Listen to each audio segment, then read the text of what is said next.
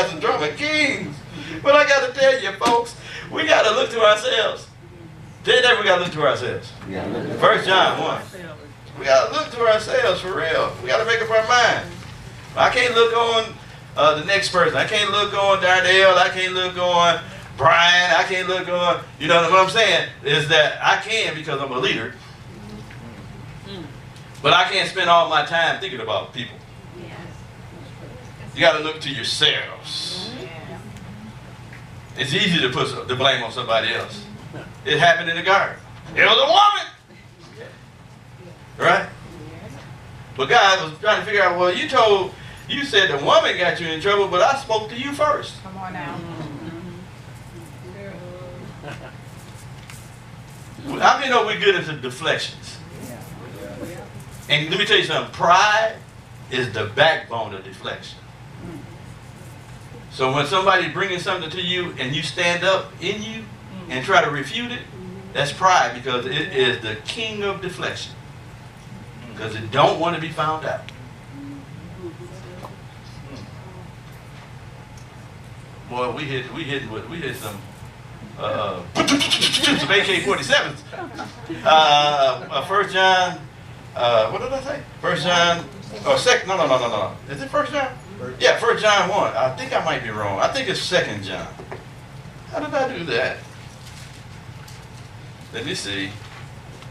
I don't. Yeah, it's got to be, because that don't sound right. That sounds like something about confessing our sins, but that's not what it is. Yep, 2 John. 2 John. 2 John 7. Y'all there? Yeah, if you went to 1 John, it's to your right. I'm just saying. 2 John. Thank you. For many deceivers are what? Entered into the world. Who what? Y'all don't want to say it, huh? Okay. And, who confess not Jesus Christ is come in the flesh. That is the crux of the Antichrist spirit. When you go to 1 John 4, you find out the Antichrist spirit says that Christ has not come in the flesh. Because at that time, Gnosticism didn't believe in matter, that holiness could take a form of matter. That's what Gnosticism, that's the root word. That's their belief system, because they didn't want to believe that Jesus, God, came down in the flesh. Amen? But there's also a parallel thought that when we will receive the gift and the grace on somebody else's life. Right? Y'all, is it too rough? This is easy stuff, y'all. So if we won't recognize the Christ in Kathy when she got up and was exhorting, then that means that that's Antichrist too. And it works with deception. So you're deceived if you can't receive from other people. How many know we pick and choose who we receive from? Come on. Okay, well, let's just paint the room. Then nobody want to submit to what I just said. All of us. Yeah. If they got good rapport with us, we receive it. But if we've been slighted, blackballed, not greeted, walked by, that meter just completely go all the way down to E. Am I right? He ain't got nothing to say to me. He wouldn't speak to me. I dare he asked me to do anything. Am I the right church? That's what happens, y'all. But he says, for many deceivers, and that's a deceptive practice that we have in the church. We're getting ready to talk about it. In verse 8, look to yourselves, that we lose not or replace by removing those things which we have wrought, but that we receive a full reward. What is a full reward, y'all? A full reward is not only am I hearing, I'm obeying. So if the preacher man is telling me certain precepts and principles and instructions and whatever the prerequisite or the whatever requirement that's contained within the instructions, so whatever he's pointing me to, remember we talked about that, pointing you in a direction, that's what it means. So I need to get the fruit or the full reward of what's being told or taught to me. So some of y'all need to tell yourself, I'm going to look to myself because I want the full reward. I don't want to have a half a gospel. want to just have form. Amen. I want to continue in the Word because it's going to make me free. When you continue in the Word, when you abide in the Word, it's going to make you free. The full reward is the freedom we receive from the instruction. The full reward is the freedom we receive from the instruction. So I'm not going to participate in the instruction without a thought of saying to myself, I'm going to comply with what I heard because my obedience is going to produce a full reward. Yes. I'm not obeying to prove nothing to nobody.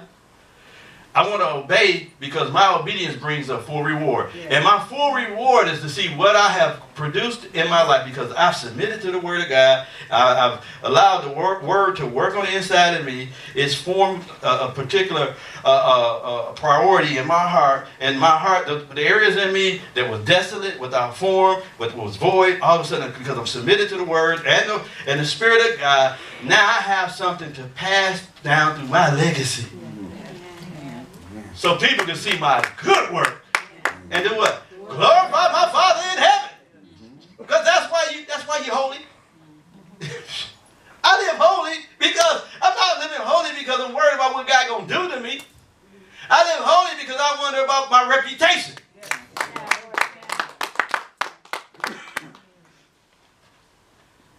You worried about what people think? We emasculate the gospel when we say we ain't worried about what other people think. You better. You better because that's your fruit. You said you're going to know them by their fruit. So with people's opinion of you, it does matter. Because you're the measuring stick for who they can't see. They can only see Christ tangibly because of the fruit that's in you. Or the lack thereof. That's why we don't really evangelize or bring people to church, because what we do on Sundays and Wednesdays, not necessarily, like what we do the rest of the 5 days. Got quiet in this Baptist church. But we've been doing this for years. Some of us have been here for 10 years and ain't figured that out. Then what I do the rest of the week is equally important what I do on my holy days. Holy days. Remember Amos said, I'm so tired. God told Amos, I'm so tired of them folks' holy days. Their songs and their new moons and their festivals. He said, I'm so tired of that. He's tired. It's a stench. It's not a fragrance that's acceptable anymore. When we can't get to the point where our lives are one, we have to tell your neighbor, we need to be one. We need to be one. We don't have a problem in most churches, not even this church. Most churches, we don't have a problem being one on Sunday, being one on Tuesday, being one on Wednesday. We don't have a problem being one. Husband and wives don't have a problem being one. If the bedroom is okay, that's one.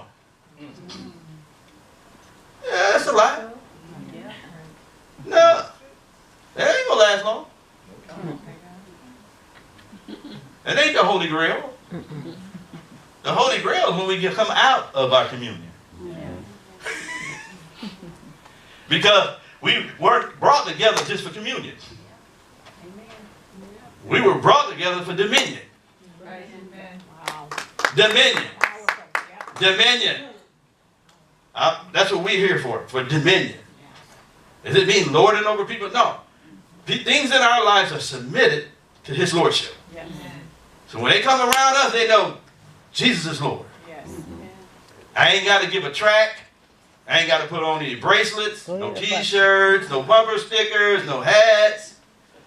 You know, WWJD, you thought we had Jabez and WWJD, you would have thought the church would have just all of a sudden blew up. Am I right? All that stuff, all the paraphernalia. I mean, know we had so much Christian paraphernalia. I mean, know we could have a garage sale. Because we sold ourselves for naught. It's not in those things. It's in a heart that's yielded to God.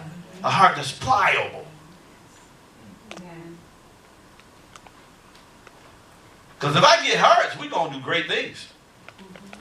We ain't going to do great things without your heart. I'm speaking to the house. Boy, can you feel the plumbing line and everything?